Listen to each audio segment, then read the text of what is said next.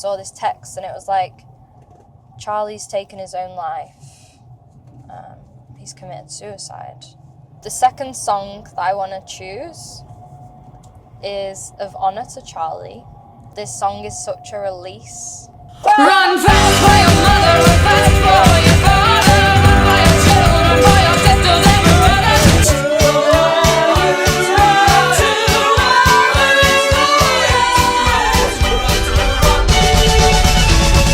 Charlotte has helped me become a better man.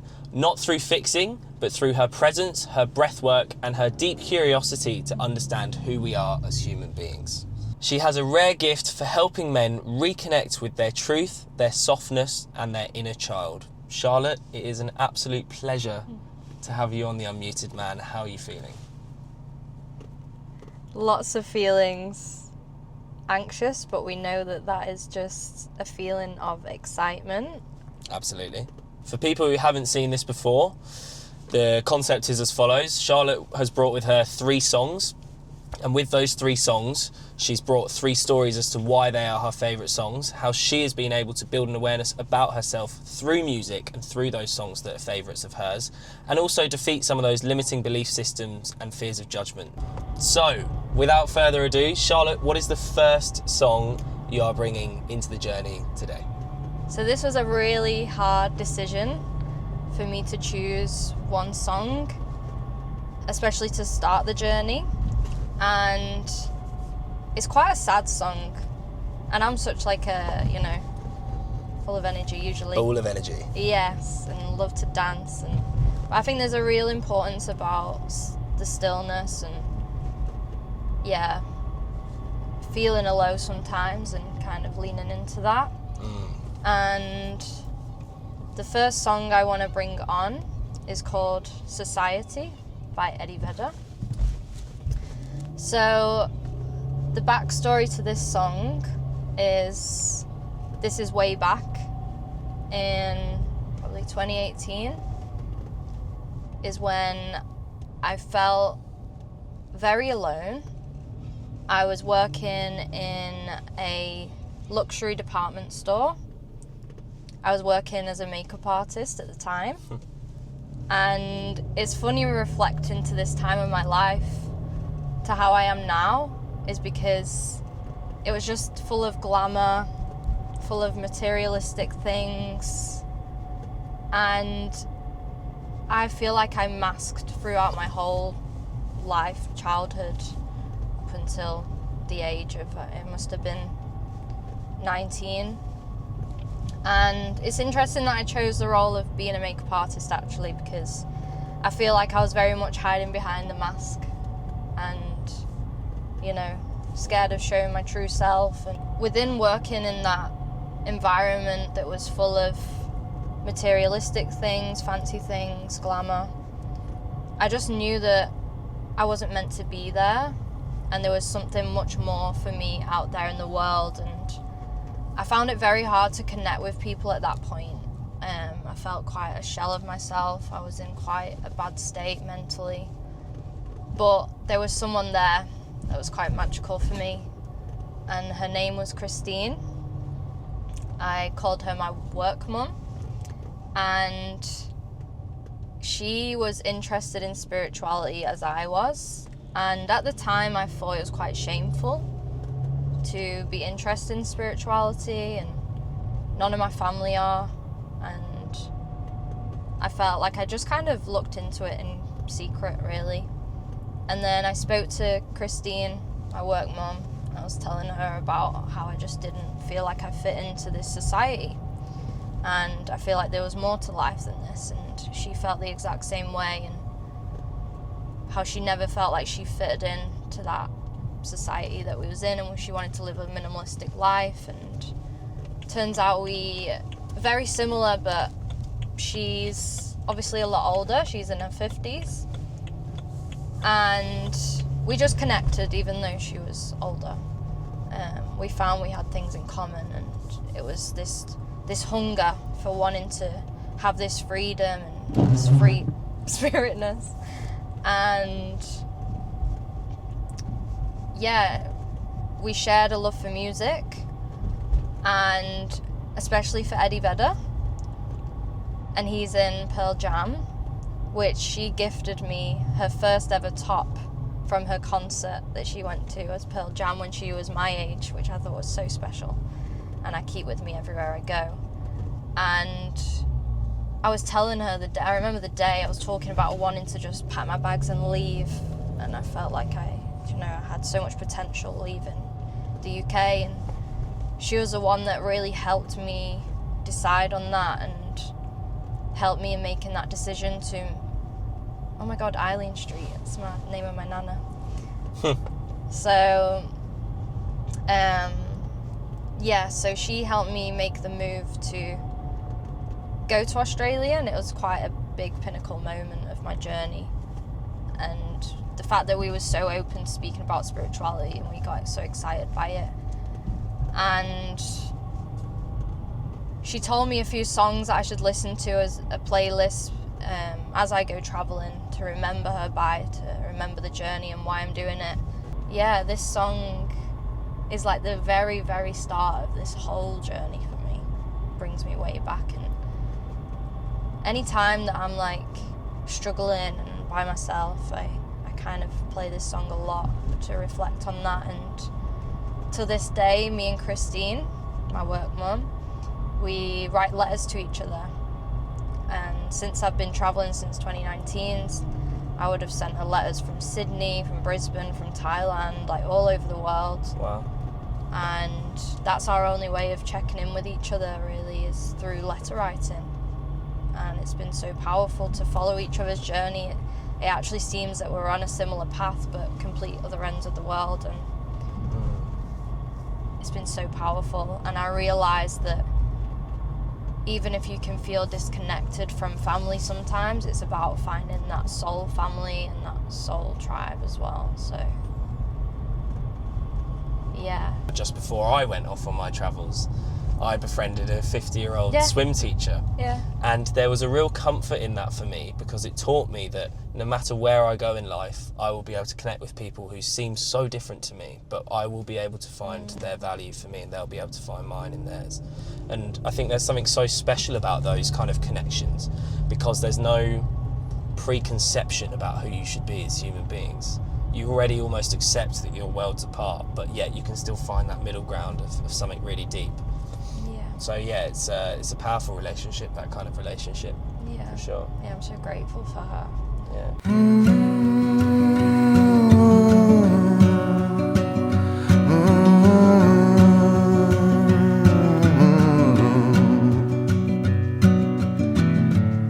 It's a mystery to me. We have agreed with which we have agreed. Think you have to want more than you need. Until you have it all, you won't be free. Society, you're a crazy breed. I hope you're not lonely without me.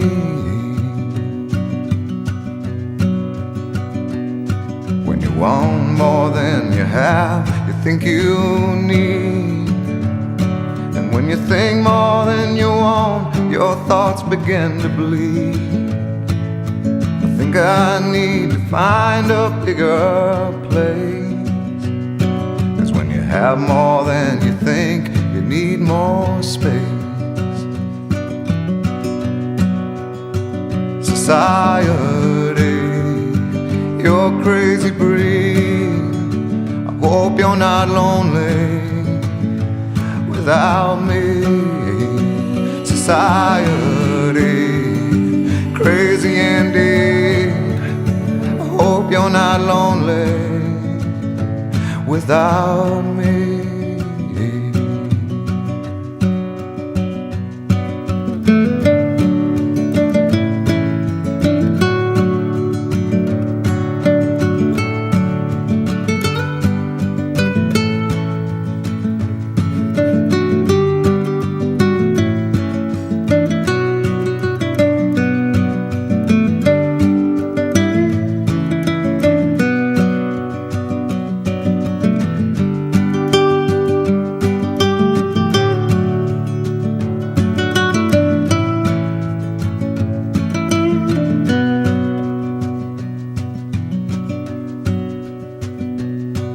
There's those thinking more, less is more. But if less is more, how you keeping score? It means for every point you make, your level drops. Kinda like you're starting from the top, and you can't do that. Society, you're a crazy breed. I hope you're not lonely without me. Society, crazy indeed. I hope you're not lonely without me. Society, have mercy on me. I hope you're not angry if I disagree. Society, crazy indeed. I hope you're not lonely without me.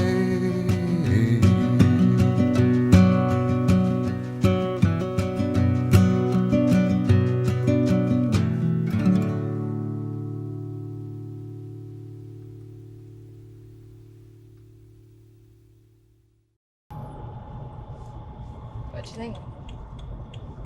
Sad. Yeah. It sounded to me like a suicide note. And I thought that was particularly interesting because the way you described when you connected with this song was like a death of self. It was a relieving yourself of the person you were before, who masked, who wore the makeup, who was materialistic, who or believed that they needed some sort of material to express themselves and find who they are. But yeah, this song for me, when you were playing it, was a death of self in some way. And yeah, I'd be interested to hear your thoughts on that. Yeah. Well, I think that's most likely why I resonate with that song so well, is because actually I feel like as a child, when that song was, came through to me from Christine and we was having the conversations, they were moments of my life that I would say, as a teenager especially, is I never felt like I fit in to my family, and not in a way that is to blame. It was nothing on them, to the friends I made. I've bounced through friendship groups, bounced through different schools, and in essence it was more of, I didn't trust myself actually. I didn't trust, I turned to other people to try and fix me. I turned to thinking moving schools would help, changing friendship groups would help, even moving country. I thought that was going to solve everything, and realistically it didn't solve everything. And there was a time in my life where I was suicidal, which I feel like was something quite shameful to admit for a long time. And I always remember the day my mum didn't know what to do with me. Actually, she knew I was very low and sad, and she wasn't quite sure how to navigate that, so taking me to the doctors seemed like the right thing to do. And I remember I told them I didn't want to live anymore, that they needed to put me on antidepressants. And I remember going home, and I mean, she was just doing it from the kindness of her heart. It was never in a malicious way, but I remember her announcing, especially to my brother at the time, and I don't know if they would recall this, but I do, of them having the conversation to be like, Charlotte's depressed, she's sick. And then just feeling like there's something wrong with me, that I'm sick, and then just feeling like a burden to everyone, that they don't know how to be around me. I was then put on this medication that, in essence, I was actually just grieving, and I was just very lost and anxious, and yeah, in those moments I just needed things to be dealt maybe a little bit differently. But I mean, that's what pushed me to making the decision to move and travel the world. And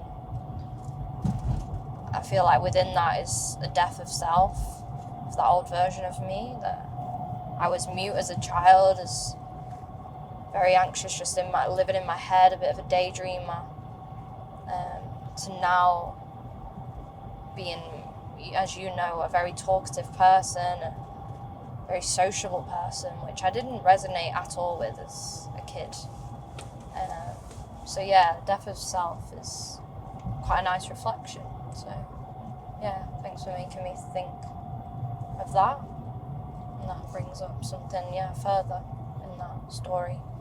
And you said that leaving home didn't solve all of your problems. And one of the lyrics in there was, I hope you're not lonely without me. Society, I hope you're not lonely without me. Was there like this anger that fueled your move in any way? Like, was there like a resentment towards anyone? Yeah, definitely. I feel like the way things were left with my family was not good. I remember when I told them that I wanted to go traveling, and their idea was that you can't go for longer than 6 weeks. Like, don't be ridiculous. Like, you can't go off traveling. Like, you gotta, get a house, and you gotta think of all these things. And I think that was the strongest part for me, was I didn't speak up much as a kid and said exactly how I felt in moments. I often just masked and stayed quiet to please people. But actually, that was quite a powerful moment for me to be like, I'm going. Like, whether you like it or not, I need to go. I feel the need to go. And that come with a lot of hurt for a long time, feeling like I was pushing them away in essence. But kind of knowing that to some degree it was going to help me heal that relationship with them eventually. I knew it would take a long time, but that when I was ready, I was going to face that, and I was going to start healing things with them again. And that's been a real journey. And yeah, I'm still in that place 6 years later. It's ever growing, but I've come a very long way since then. And that resentment definitely leads into compassion more now, I'm sure. How so? That I realised that there was never the enemy. My family was, my parents, they was never doing anything out of spite, but just seeing them so dysregulated themselves, and realising that the triggers in them is a mirror at me. And even though mine may look differently, the anger in my mum, which I just didn't know how to deal with the emotion anger, but I feel it in my, feel it in my body, and it probably stays stored in my body somewhere, and I'm not able to release it. My dad that just stays mute, quiet, that was literally me, masking all of my emotions, and I knew that being quiet didn't sit with me. It wasn't who I resonated with. And my daddy, the only way for him to connect is like through drinking alcohol. And when he drinks alcohol, then he just gets super emotional, and you won't know why he's even crying. Like, as soon as he's just had a few drinks, he'll get so emotional, and it's so hard to get through to him of what's really to uncover. And I know why they were such big triggers for me, because I could see myself in them and their struggles. I very much held that weight within myself as well. And I was just absorbing all of that energy, which wasn't exactly my own to absorb. That should have been their own, you know. But that's why I knew I had to get away, and to be able to figure this out and see that, in essence, they were probably suffering themselves, and that I just only wish them well. And yeah, that I still get triggered in many ways, but once you build an awareness of that anger and of that resentment that you've embodied from your childhood, you gift it with love and you reframe it, and then in your response to others, even the people who have maybe caused that anger or resentment, you feel a level of compassion for, because you know how hard that is, because you're aware of what that does to you as a human being. yeah. That's my understanding of it. Yeah. Yeah, for sure. And I'm actually very grateful that me being depressed and suicidal has made me lean into spirituality more, to mental health more, to wanting to do better, and it's just like, it's led me to where I am right now, so I've got to be so grateful for that, you know. And so where you are now is facilitating breathworks for people. Yeah. And I've done your recent audio immersive breathwork that you ran, and it was absolutely phenomenal. I have waxed lyrical about it to everyone that I've met since, I think. And so, as you say, obviously, having some gratitude for that was part of the journey to getting to do that. What was the turning point from you going from this masking to really leaning into who you actually are as a human being, do you think? Was there a specific moment where it clicked for you? Definitely. So I came to Australia with my ex at the time. We'd been together since I was 16, and very blessed for that relationship. You know, it helped me in many ways and helped me navigate the early stages of traveling. But I knew I was meant to go my own way, and there was a lot of self-discovery. I very much identified just with him and still didn't know. I still didn't have my own voice in a way. So I know I needed to find that. And with that, I had to do a move. I had to move away from him and try a different location. And a few different places I went to. Some weren't right for me, some were. But a huge pinnacle moment for me, which naturally leads into my second song, by the way. Fantastic. So I'll tell you the story because it naturally flows into it. Yeah. That's what I love. And being in Perth, I only knew one person here. And I didn't want to just fixate on knowing that person and relying on them to make friends with their friendship group. And I wanted to make something of my own and, yeah, show up more authentic to me. And it was just beautiful because no one knew me here. It's like I could, you know, start a clean slate. And with that was a lot of loneliness. And I started a job on the mines 2 years ago. And with that is a lot of isolation, a lot of working with only men, and seeing how corrupt this industry kind of is in hustle and stigma around not really being able to speak truly about your emotions. You're away from your family, your friends, you're stuck in a mine site for 2 weeks or 3 weeks, however long your swing is, only with the people that you work with, and it can seem quite toxic of the conversations that these men have on the mine site. And being an only woman in that was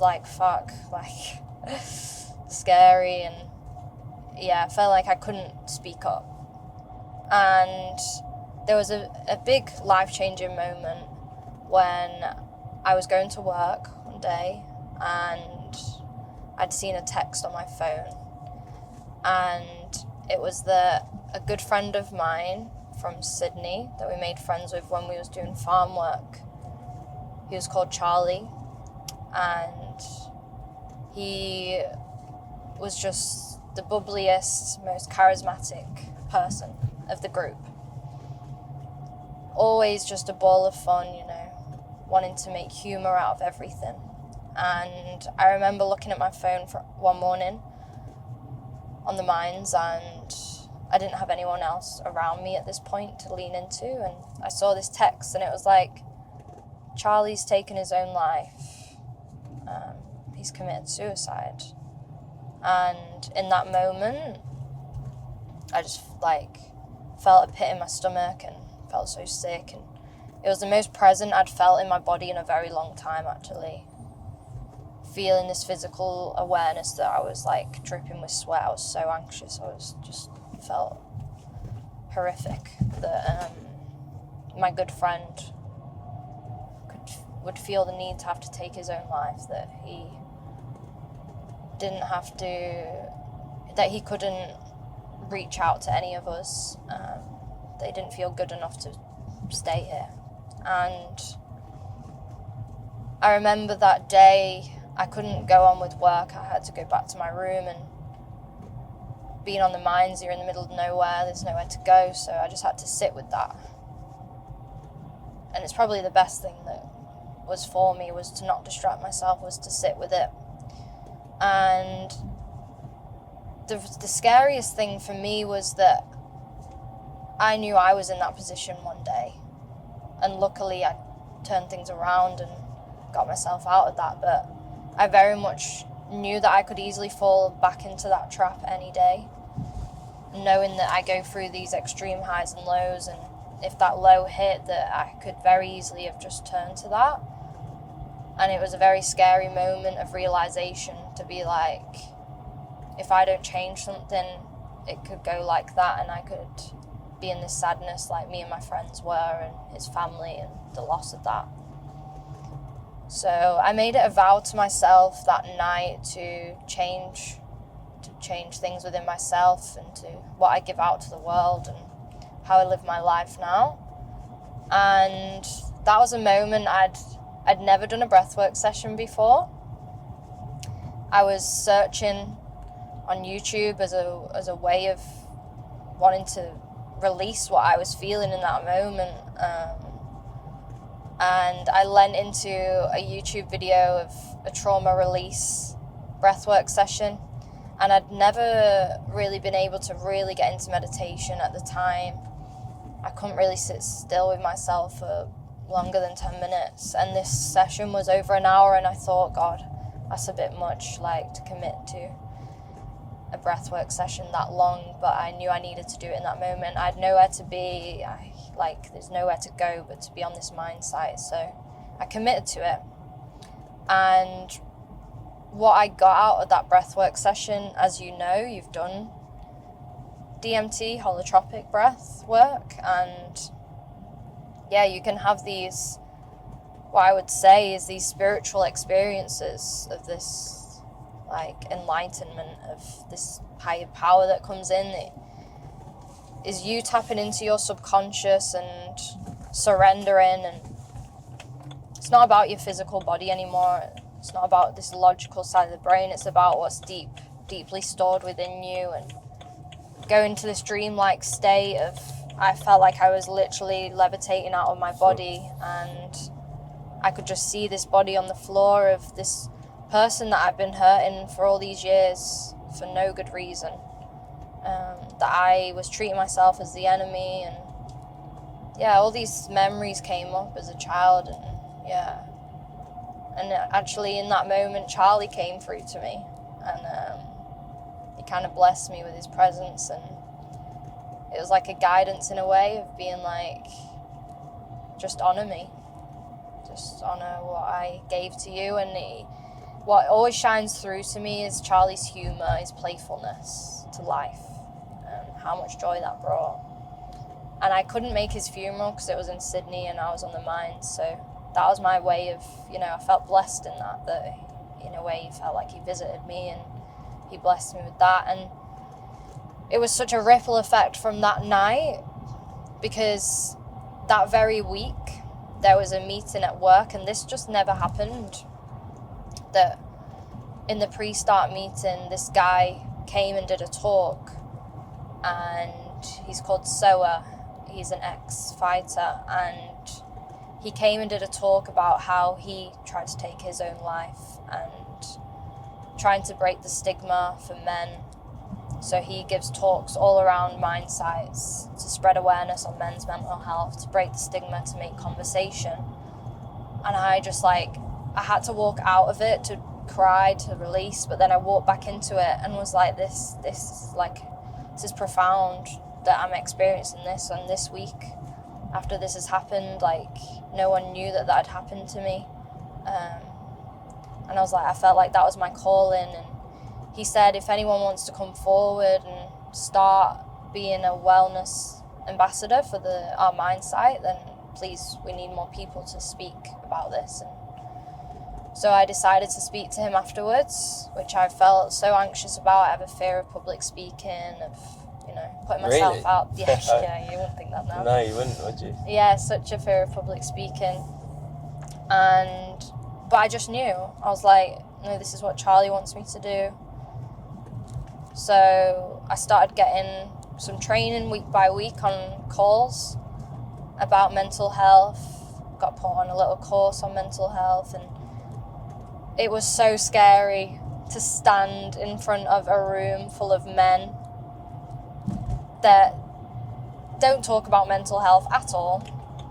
For me to stand at the front, little me, just being like, hi guys, let's talk about mental health. And yeah, that was scary, but a big moment that I was like, wow, this feels powerful and feels like it's something I'm meant to do. And I would do little things like bring an ice bath up, start trying to get run clubs together, and just trying to make a community out there and trying to just make a little bit of connection out there. That was a big thing, was trying to make connection of ways that people can start connecting with others, to bring in vulnerable conversations. And men's mental health is something that ever since that I have really, really wanted to lean into, because I know it's in particularly really hard for men to open up, and seeing that in that industry as well. Yeah. Wow. I had no idea that was the purpose behind the breathwork. Yeah, that's where it all started. I feel like a terrible friend for having not known that already. But how amazing I get to have shared that with you now. Yeah, it's waited cool. for that moment. Yeah. Thank Yeah. you for waiting. I felt special. Yeah. Thought I was going to cry. Really? Yeah. Aw. I'm sorry about Charlie. That's, I'm blessed for him. I really am. but yeah, I can see how that has And I think, given you so much purpose. yeah, I think my friends in Sydney were a bit weirded out as why I was so affected by it. And because, my friend, for example, Johnny, was so close with Charlie. They used to make these videos of rating pies every week, and it was called the Pie Boys. And honestly, I love Johnny as well, my friend. I think I felt a bit strange that I felt this extreme, so affected by his suicide, and confused as to why no one else was, sad as I am. But I'm sure it's affected them in ways that maybe they've not expressed. But Maybe out of their awareness yeah, as well. but I feel like it's a big part of my journey, for sure, and made me lean into things much more since that moment. The second song that I want to choose is of honour to Charlie, of this spiritual purge of finding out what it means to sit with my shadows, to sit with that loneliness, to show the pain that was in that and the inner work that I'm doing, constantly doing. But this song is such a release and a freeing of that. And it just honors a part of me that is just wanting to let go. So this song relates to, freeing that, but also bringing in this playfulness and this, enjoyment of it. Yeah, so the song I want to choose for the next song is Dog Days Are Over by Florence and the Machine. What a tune. Yeah. Keen for that. Okay. Wow. Okay, that's going to really repurpose that song for me. Cool. Yeah. All right, stick it Ready? on. Okay. Oh, Charlotte. I love belting out this song, by the way.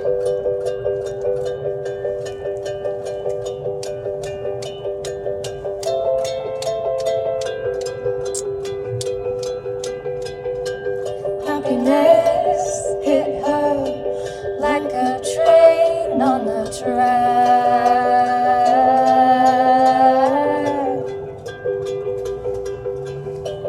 coming towards her. Stop still, no turning back.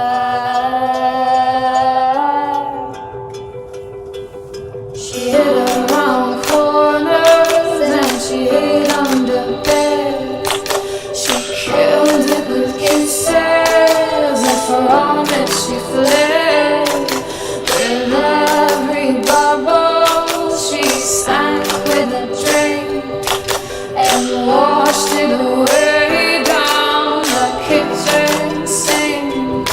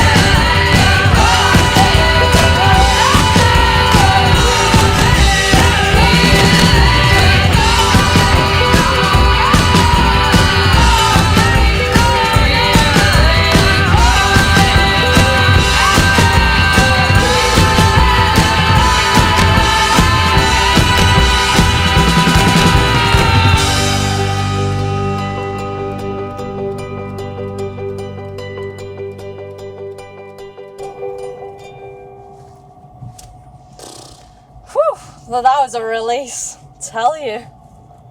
Whew. I need the aircon on after that.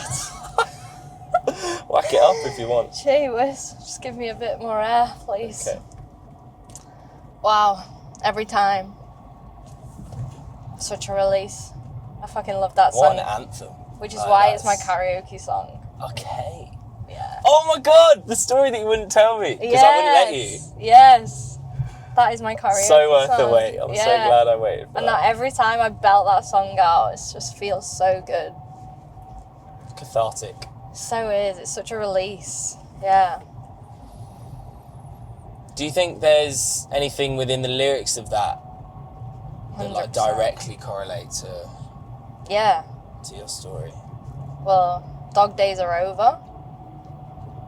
There's a part that talks about, I think I'd have to get the lyrics up, where it talks about pouring wine or something down the sink. I'm sure it talks about like your father, your sons. Run from your father, run from your Your brother, brother, run from your sister, and it's- your mother, and your... Yeah, and my fucking Yeah. every one I've fucking ran away from for so long. Yeah, there's so much meaning behind that song with it, without me ever realizing there was, till I really listened. Yeah. And so did that song become an anthem for you before you realised that? And then suddenly when you realised that, it's like, whoa. Do you want to tell, like, so the first time I ever resonated with that song was my first ever time doing magic mushrooms Okay. with my Sydney friends when Charlie was very much still here. And the very first time I ever did psychedelics and was very anxious at the time and never really considered it. Wasn't even sure if I wanted to do it, to be honest. But we was having like a girls' night and was around people that I loved. And yeah, we all decided to take these mushrooms together, and it's in such a different way to how I do like psychedelics now. It's very intentional now, and this was more just, you know, being a bit playful, you know, just enjoying each other's company. And when I first took them, I remember being panicking and wanting to make myself be sick. Felt so anxious in my body, and then remembering my friends just be like, surrender to it, ride the wave, just ride that wave, just whatever comes up, just go with it.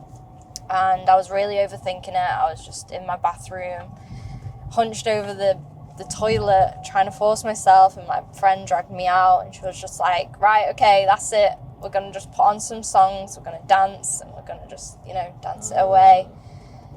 And I remember picking up the sweeping brush, and I was like, this is it. My inner singer is gonna come out right now. I'm gonna find her. She's gonna, you know, just sing it out. And I stood on top of the couch, and I was like, I'm gonna give a performance. My friends don't know it yet, but I'm gonna give a performance. And the first song that came on, Dog Days Are Over. Wow.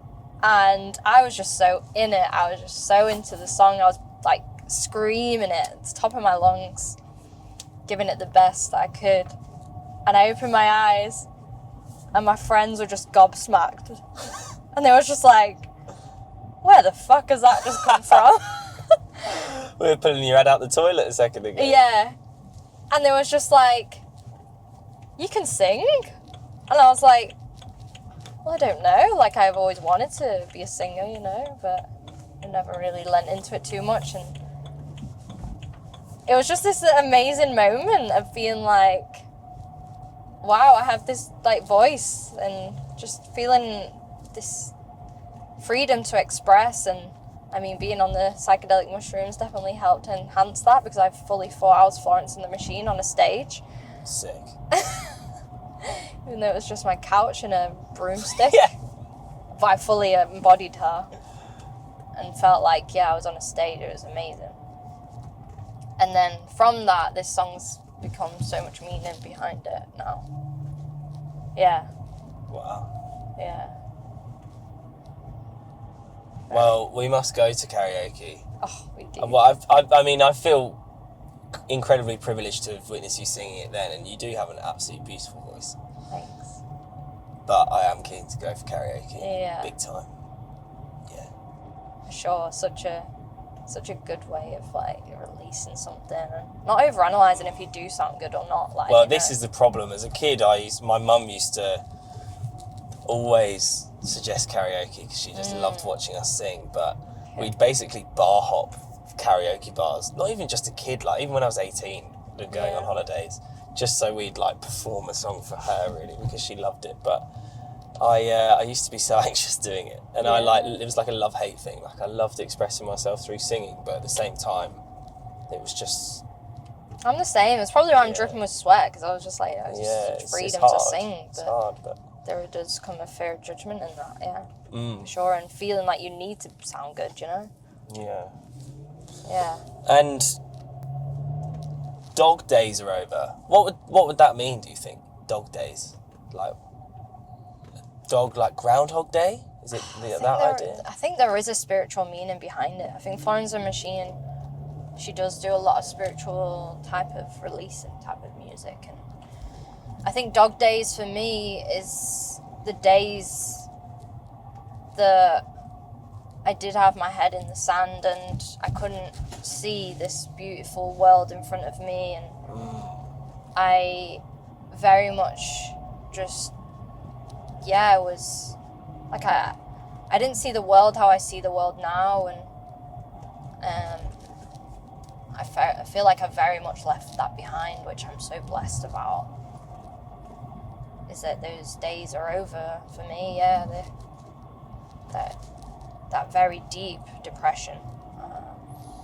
And look, not every day is perfect, but I think on this journey, this spiritual journey for me, has been a huge blessing of like everything is just a lesson now and showing me and guiding me in the right way, and nothing's ever against me, or that the world's got so much to give.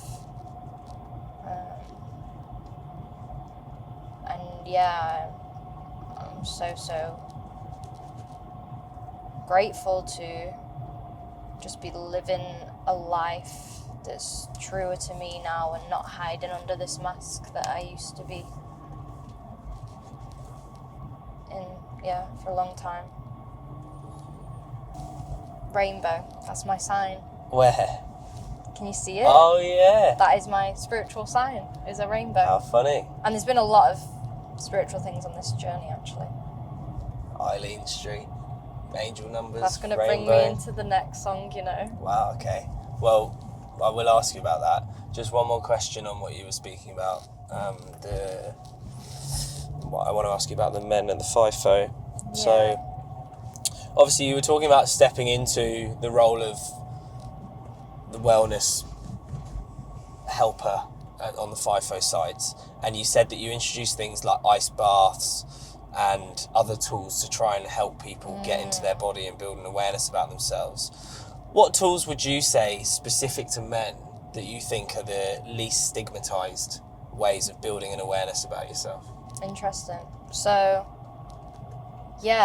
the Minds was just the first little slither where I started opening up into men's mental health and what that may look like and how to help navigate them through that. And I feel hold a lot of masculine energy within myself, even though I embody a lot of feminine energy.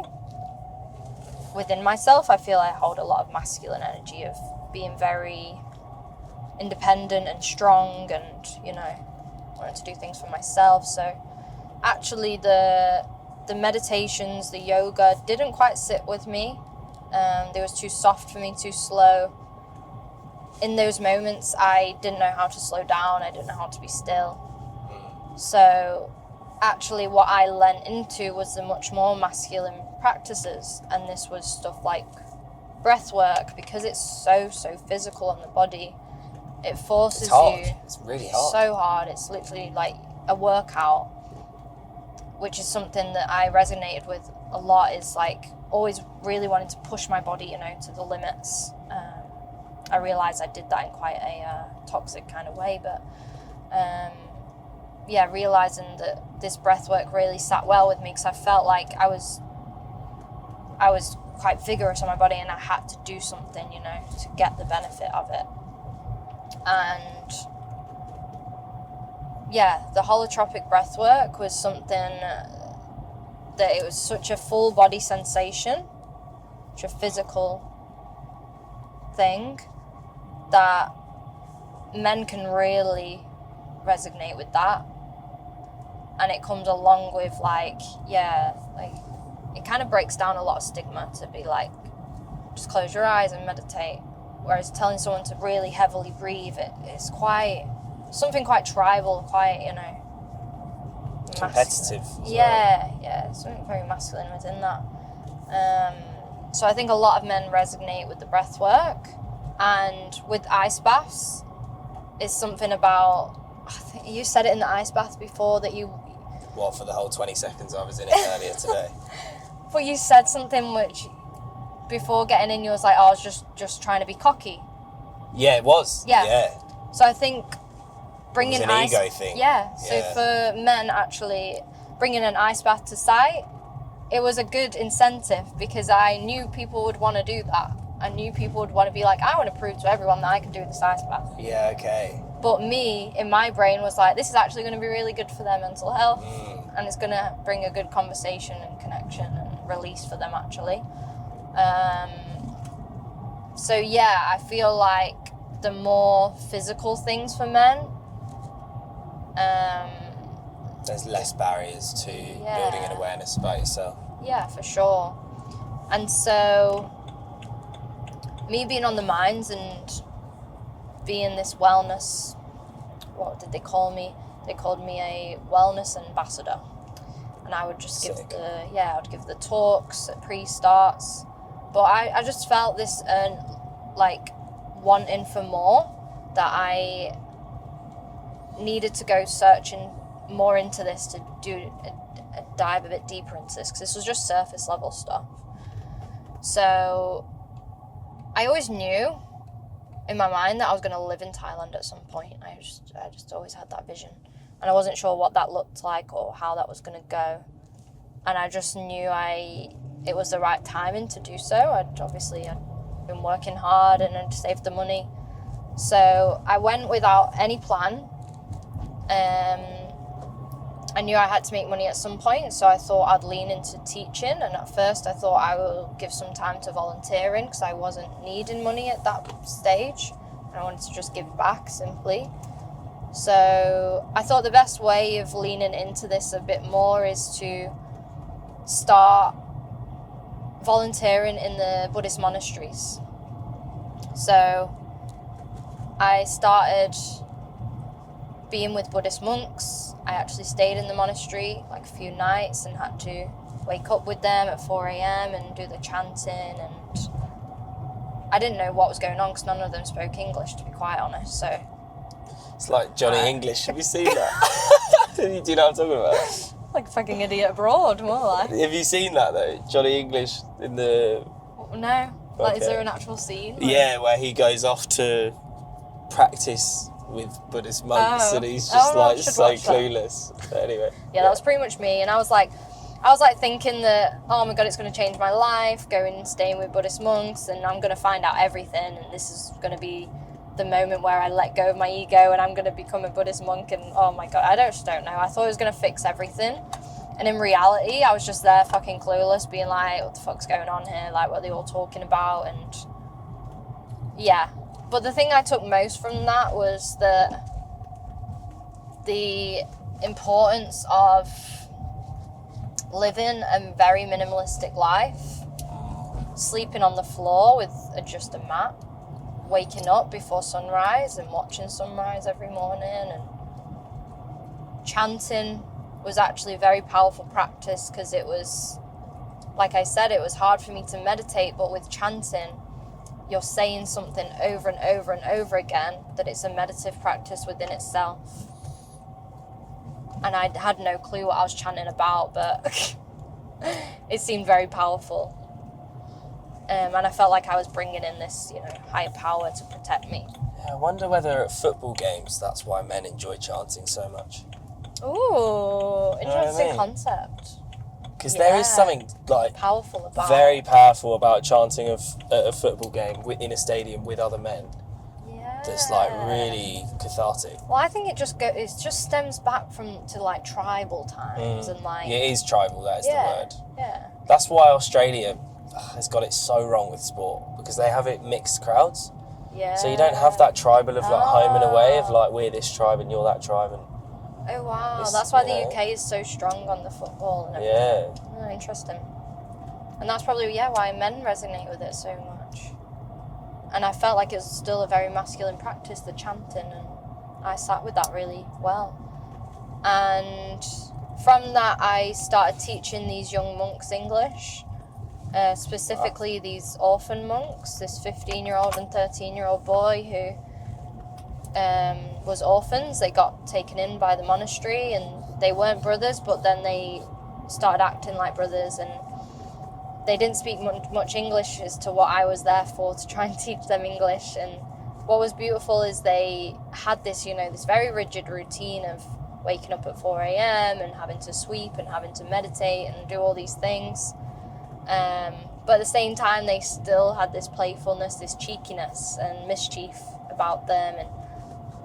And even though there wasn't much English spoken with us, it's quite difficult, they would still kind of play pranks and little things. And I was just like, this is the beauty of it all, to just still bring this forward. Just such a beautiful lesson within that is to still lean into playfulness. And then after that, I was not making any money because I was just volunteering. So I decided to reach out to retreat centres, feeling like I wanted to lean... Knee checking. Yeah, that was my alarm from Are you alright? when I taught my ACL from years ago, and I've never turned it off. Because my phone went weird, and it was another one, because I had to check on my knee every hour. So it was fucking... So I decided to reach out to retreat centres, just wanting to learn more about spiritual practices, about healing, and to just take a deeper dive into that. And I kind of reached out to this retreat centre being I'm not sure what I can offer you, to be quite honest. That's what I did this week. Yeah. I was I don't know what skills I have. But I was I'm keen to learn on the job, or just, do what I can. Clean some dishes if you want me to. Don't know. But please, Stereotype. Yeah. Get in the kitchen. Yeah. I know a place for that. But I was I would love to be of help and to learn more. So this American dude from Phuket Cleanse, shout out to Phuket Cleanse, because big life-changing moment for me was them taking me on. And at first I was just helping guests. I was in charge of the morning hikes. So every morning at 6 a.m. we would do a different hike, and I'd meet people from all over the world that would decide to come to this retreat centre, and hearing people's stories of why they've decided to do the inner work and, physical work as well, and why they was here. And it was just honestly amazing, and felt so grateful to have landed in being so spontaneous and just leaning into what felt right and where it led me to. And then within that, I then started trying out all the different classes, such as the yoga classes. There was some incredible classes, quantum jumping classes. And Quantum jumping? Yeah. Oh, quantum physics? Yeah. Yeah, I saw that advertised on a retreat. Oh, it's some very woo-woo stuff that I cannot even explain to you. There's very woo-woo things that happen out there, and I'm just okay, the spiritual stuff is very interesting, and yeah, I feel like magic definitely exists. And I did this breathwork session, and like I said, I'd had a little bit of experience myself, just tapping into it, but never went, into a class with it. And I did this class, and my body was just doing all these crazy things. My hips were just rattling, and my arms were going crazy, and it was so physical that time. Everything was in my body just moving, and I couldn't actually stop it from shaking. Then I realized how much trauma I'm storing within my body, and how that's shown up to me in many ways, such as endometriosis, gut issues, so many different ways it's shown up in my body from me ignoring it and me not coming at peace with my body and surrendering. It's shown up as physical. And I just was starting to learn so much about chakras as well, and how, for example, like the root chakra sat at the base of the spine, the hips, reproductive area, the sacred chakra. Something that I've realized I'm very disconnected to, and I'm still doing work on as to why. But in those moments of breath work, my hips would be the most things that would be the obvious sign to me. And that was a sign of being ungrounded, unrooted. So from living in Thailand, my biggest takeaway was to be more grounded, be more rooted, to slow down. Because I hadn't slowed down in 6 years, since I'd left the UK. I didn't know how to. I was too restless in my body. And that it was showing up in illness, so I needed to actually. And yeah, from that retreat in Thailand, that took me to becoming a breathwork facilitator myself. I did the breathwork, and I was so moved by it. Then I got asked if I wanted to have that as my thing and get trained in it, which I did. I lent into. And then to even hosting my own classes on a retreat center in Thailand of doing breathwork, that is just in itself, from little me that was mute and quiet and had a fear of public speaking, to doing that was like a huge awakening for me, of living this truest to my values, of feeling truly aligned to me, and knowing to take that risk even at the risk of failing. Yeah. And so many people had doubts of me moving to Thailand. My parents still did, even though I pretty much succeeded there. They still felt like it was quite unsafe to be there, but I'm glad I lent into that fear and that spontaneity of not leaning into money as well and finances. And I knew I wasn't going to make much money in Thailand, and it wasn't about that. And that leaning into that brought me so much. And then that's when I then brought breathwork then back with me to Perth, as I try and ground myself, as I try and give something to others, like how I got so much out of that. And that's how I just want to show up to the world now, is my most authentic self. And just always wanting to learn more from others as well.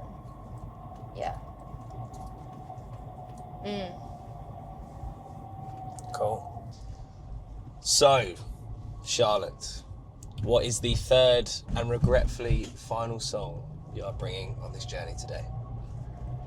So this amazing, magical ride full of signs, since driving past Eileen Street, my constant reminder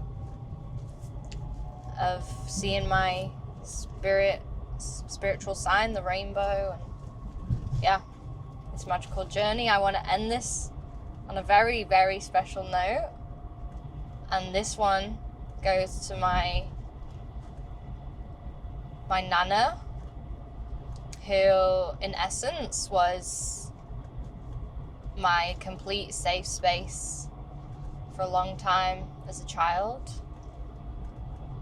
And my rock and We shared the same birthday,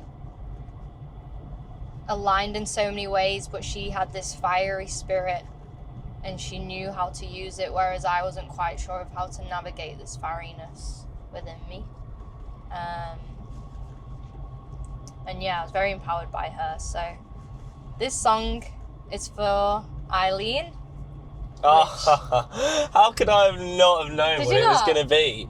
When you said Eileen Street earlier, I just thought, oh, your grandma's called Eileen. I wonder what the song's going to be. Surely I thought That's you so put two and funny. two together. No, not at all. How exciting. So it has to be Come on, Come on, Eileen. of course. And it's just crazy because it's always been a symbol of her song, of her presence, and when she passed away, it was always like when this song comes on, she's always going to be around, and I can see me and her dancing. And it's just a little indicator to know that I'm on the right path, and she's always watching out on me, and she is so proud of the things that she couldn't see that I've achieved. But yeah, I know that she's up there watching down. So, should we play the song? Absolutely. Let's go for it.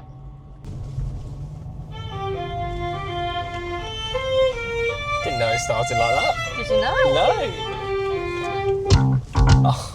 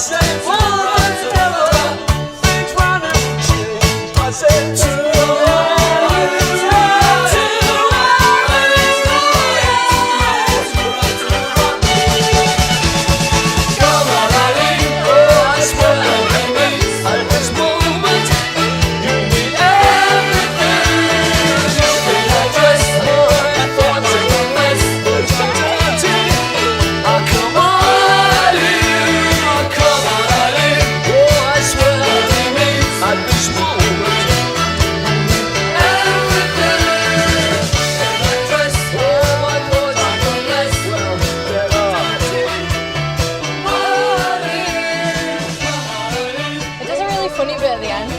Wait. Oh yeah, there's still like 20 seconds.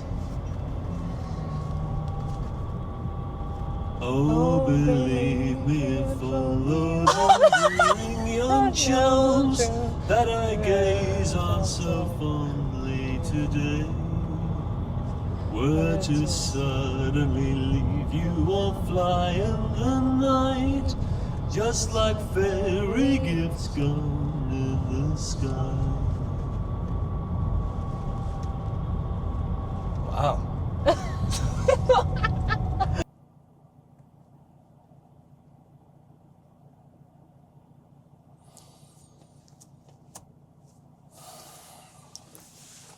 Take my seat then. Do you want me to take mine now? You don't have to.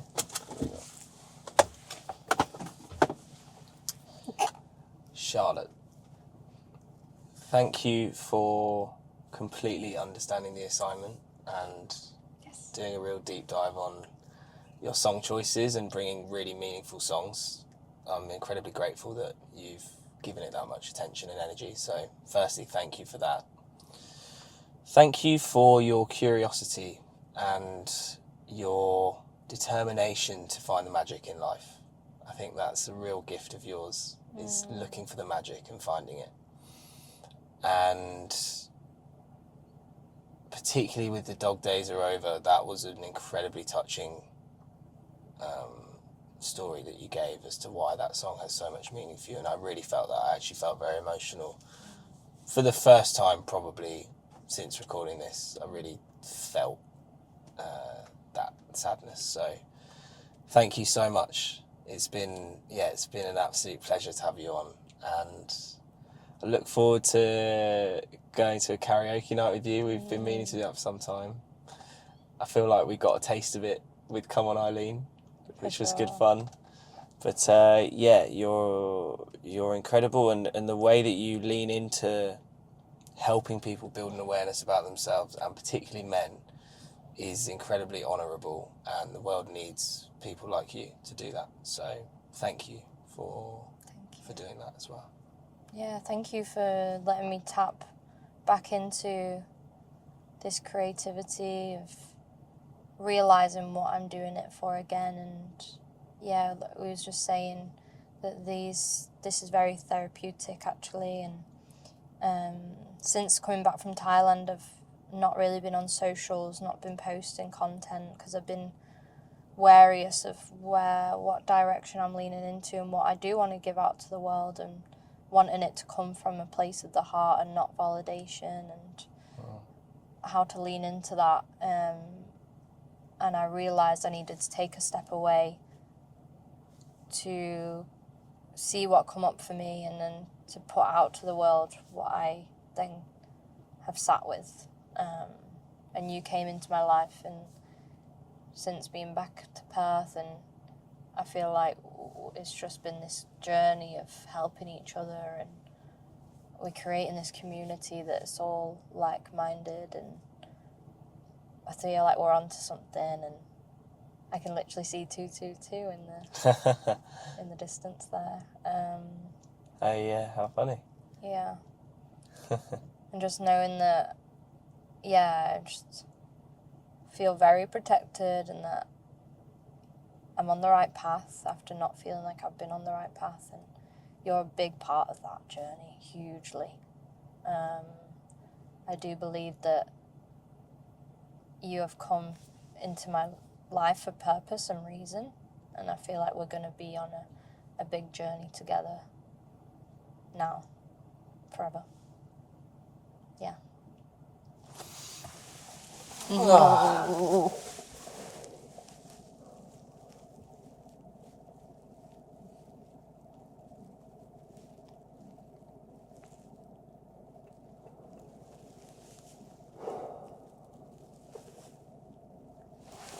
Grateful for you.